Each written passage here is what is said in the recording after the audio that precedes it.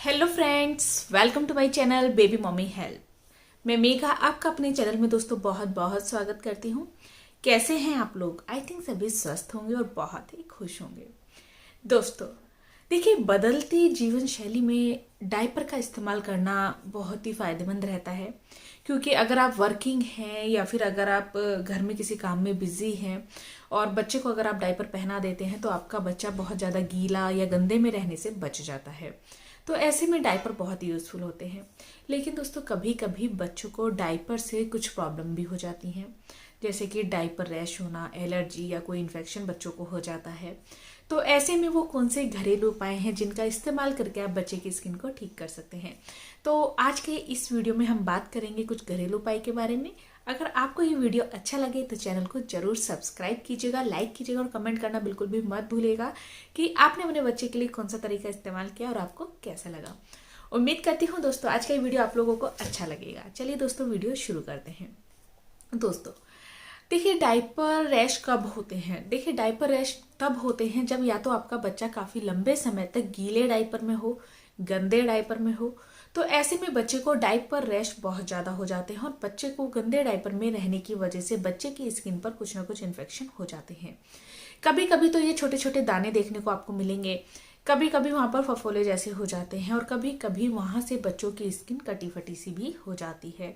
छोटे बच्चों में ये बहुत ज़्यादा होता है क्योंकि छोटे बच्चों की स्किन बहुत ज़्यादा नाजुक होती है। तो बच्चों को डायपर रैश से बचाने के लिए हम किन घरेलू उपाय का इस्तेमाल कर सकते हैं, या फिर मैं कहूँ कि अगर आपके बच्चे को डायपर रैश हो गए हैं तो आप किन किन घरेलू उपाय का इस्तेमाल कर सकते हैं जिससे कि बच्चे की स्किन पर राहत मिल सके। सबसे पहला है दोस्तों एलोवेरा जेल। देखिए दोस्तों, एलोवेरा जेल हर तरीके से बहुत ही फायदेमंद होता है। ये आपकी स्किन के लिए तो बहुत ही यूजफुल होता है। तो अगर आपके घर में एलोवेरा का पौधा है तो आप उसको दोनों तरफ से काट कर बीच में से जेल निकाल कर बच्चे के रैश पर लगाइए। ऐसा आपको दिन में 2 से 3 बार करना है। आप देखेंगे कि इससे बच्चे को काफी राहत मिलती है और बच्चे के जो रैश हैं काफी हद तक ठीक होते चले जाते हैं। दूसरा उपाय है दोस्तों दूध। कच्चा दूध हो या फिर पका हुआ दूध हो, जो भी आपके यहाँ दूध अवेलेबल है वो दूध आप लीजिए। कॉटन का सूती कपड़ा लीजिए और उससे बच्चे की स्किन पर दूध आपको लगाना है। इससे भी दोस्तों बच्चे को बहुत राहत मिलती है और बच्चे की जो रैश की प्रॉब्लम है काफी ठीक होने लगती है।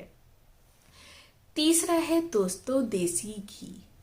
देसी घी डायपर रैश में दोस्तों बहुत ही यूजफुल होता है। आपको थोड़ा सा देसी घी लेना है, उसको स्किन पर इस तरीके से रब करना है और बच्चे के रैश पर लगा देना है।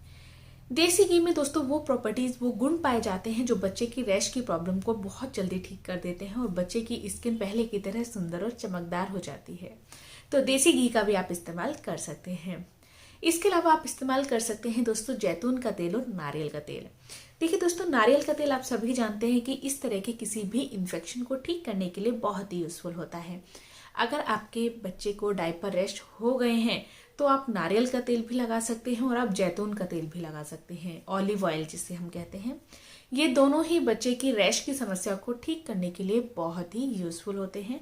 तो इनमें से किसी भी चीज का इस्तेमाल आप कर सकते हैं। एक और उपाय है दोस्तों दही। देखिए, दही बहुत बार बच्चों को खाने के लिए दी जाती है। अगर आपके बच्चे को सूट करती है तो आप भी जरूर खिलाइए, बहुत ही फायदेमंद होती है। और अगर आपके बच्चे को रैश हो गए हैं तो वहां पर आप दही भी लगा सकती हैं। गाढ़ी दही आपको लेनी है, अच्छे से मैश करनी है और रैश पर लगाइए। कभी कभी अगर हल्के हल्के दाने हैं, अभी अगर बच्चे की स्किन छिली हुई है तो वहां पर आप इसको मत लगाइएगा। लेकिन अगर अभी स्टार्टिंग है और थोड़े थोड़े से दाने आपको दिखाई दे रहे हैं तब आप इसको यूज कर सकते हैं। इससे भी बच्चे को काफी आराम मिलेगा। अगर आपके पास टी ट्री ऑयल है तो टी ट्री ऑयल में थोड़ा सा पानी मिलाकर भी आप बच्चे के रैश पर लगा सकती हैं। ये बहुत ही जल्दी ठीक होंगे टी ट्री ऑयल से भी। कुछ जो चीजें हैं जो आप बच्चे की नाभि के लिए इस्तेमाल करते हैं, पाउडर, वो वाला पाउडर आप लगा सकते हैं। मेडिकेटेड पाउडर बच्चों के लिए आते हैं, वो आप लगा सकते हैं। बच्चों के जो रैश क्रीम आती है आप उसका इस्तेमाल कर सकते हैं। तो ये भी चीजें आप कर सकते हैं। तो दोस्तों ये कुछ मैंने आपको घरेलू उपाय बताए हैं कि अगर आपके बच्चे को डायपर रैश हो जाते हैं तो आप किन किन घरेलू उपाय का इस्तेमाल कर सकते हैं। अब बात करते हैं कि क्या क्या सावधानी आपको रखनी चाहिए अगर आप अपने बच्चे को डायपर पहनाते हैं। सबसे पहली चीज, देखिए बच्चे को अगर आप डायपर पहनाते हैं तो कुछ बातों का ख्याल रखना बहुत जरूरी होता है। पहली चीज़ है दोस्तों कि आप बच्चे को डायपर अगर लगातार पहना रहे हैं तो कुछ समय दिन में ऐसा जरूर रखिए कि जब आपका बच्चा विदाउट डायपर हो। बच्चे को दिन में 2 से 3 घंटे बिना डायपर के रखिए, जिससे कि बच्चे की स्किन को हवा लग सके और जो बच्चे की स्किन नमी बन जाती है ना, मॉइस्चर आ जाता है बच्चे की स्किन में, क्योंकि लगातार डायपर पहनने की वजह से बच्चे की स्किन बहुत ज़्यादा मॉइस्चर हो जाती है, तो वहाँ पर बच्चों को हवा लग सके और बच्चे की स्किन ड्राई हो सके। तो 2 से 3 घंटे का समय बच्चों को बिना डायपर के जरूर रखिए। दूसरा है कि अगर बच्चे ने डायपर में पॉटी कर दी है तो तुरंत बच्चे का डायपर चेंज करना है विदाउट एनी देरी किए। आपको कोई देरी नहीं करनी है, तुरंत बच्चे के डायपर को चेंज करिए, क्योंकि पॉटी में अगर बच्चा थोड़ी देर भी रहता है तो बच्चे के पॉटी एरिया के आसपास बहुत जल्दी रेडनेस आ जाती है और बच्चे को वहां पर डायपर रैश हो जाते हैं। तीसरा है दोस्तों कि जब भी आप अगर बच्चे को डायपर पहनाते हैं तो उससे पहले बच्चे की स्किन को अच्छे से क्लीन कीजिए। डायपर रैश क्रीम आप लगा सकते हैं, हल्का सा ऑयल आप लगा सकते हैं, तब आप बच्चे को डायपर पहनाइए। अगर आपका छोटा बच्चा है और बच्चे को आप डायपर पहनाते हैं तो इस चीज़ का बहुत अधिक ध्यान रखिए कि बच्चा लंबे समय तक एक ही डायपर में ना रहे। अगर बच्चे ने 2 से 3 बार शुशु कर दिया है तो तुरंत बच्चे का डायपर चेंज कर दीजिए, क्योंकि बहुत छोटे बच्चे को बहुत जल्दी चीज़ें प्रभावित करती हैं और बच्चे को बहुत जल्दी इन्फेक्शन हो जाता है। तो इस चीज़ का भी आप लोगों को बहुत अधिक ध्यान रखना होगा। एक और बहुत जरूरी पॉइंट है दोस्तों, वो है कि वाइप्स का इस्तेमाल। देखिए, वाइप्स में भी बहुत सारे ऐसे तत्व होते हैं जो कुछ बच्चों को तो सूट करते हैं और कुछ बच्चों को इनसे भी इन्फेक्शन हो जाता है। तो डायपर रैश है, अगर आप बच्चे को डायपर रैश अभी नहीं है और बच्चे की आप पॉटी क्लीन करने के लिए वाइप्स का इस्तेमाल कर रहे हैं, आप रेगुलर वाइप्स का इस्तेमाल कर रहे हैं और आपने देखा कि बच्चे को जो वाइप्स के इस्तेमाल से वहां पर दाने हो गए हैं, बच्चे की स्किन थोड़ा सा वहां पर इन्फेक्टेड होती चली जा रही है, आपका ध्यान शुरू में नहीं जाता है, लेकिन बच्चे को जो चीजें हैं बहुत जल्दी जल्दी फैलती हैं। तो वाइप्स का इस्तेमाल करते वक्त भी आपको इस चीज का ध्यान रखना है कि बच्चे को उससे कहीं कोई एलर्जी तो नहीं हो रही है। तो अगर आप इस चीज का भी ध्यान रखेंगे तो वो आपके बच्चे के लिए बहुत ही फायदेमंद होगा। तो इस चीज का भी बहुत अधिक ध्यान रखिएगा। बच्चे को जब आप डायपर पहनाते हैं तो डायपर बच्चे के वेट के हिसाब से होना चाहिए।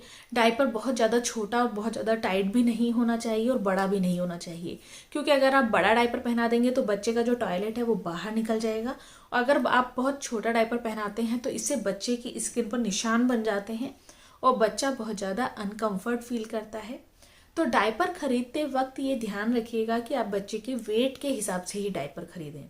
और ऐसा नहीं है कि अगर आपका बच्चा 6 kg का है तो आप बिल्कुल एग्जैक्ट 3 to 6 का ही डायपर खरीदें, नहीं, आप 5 to 7 का या फिर 5 to 8 का डायपर खरीदें, क्योंकि डायपर बच्चे की स्किन से टच नहीं होना चाहिए। प्रॉपर की फिटिंग का है, बच्चे की स्किन से टच हो रहा है, ऐसे में बच्चे की स्किन पर बहुत ज़्यादा इन्फेक्शन होने का डर रहता है।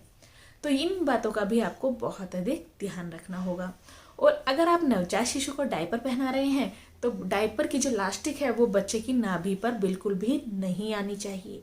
इस चीज़ का भी आप लोगों को ध्यान रखना होगा। तो दोस्तों, ये कुछ मैंने आपको होम रेमेडीज बताई हैं और किन किन बातों का ध्यान रखना चाहिए ये मैंने आपके साथ शेयर किया है। उम्मीद करती हूँ आज का ये वीडियो आप लोगों को अच्छा लगा होगा। अच्छा लगा हो तो चैनल को जरूर सब्सक्राइब करें। Thank you for watching baby mummy help. Thank you. नमस्कार।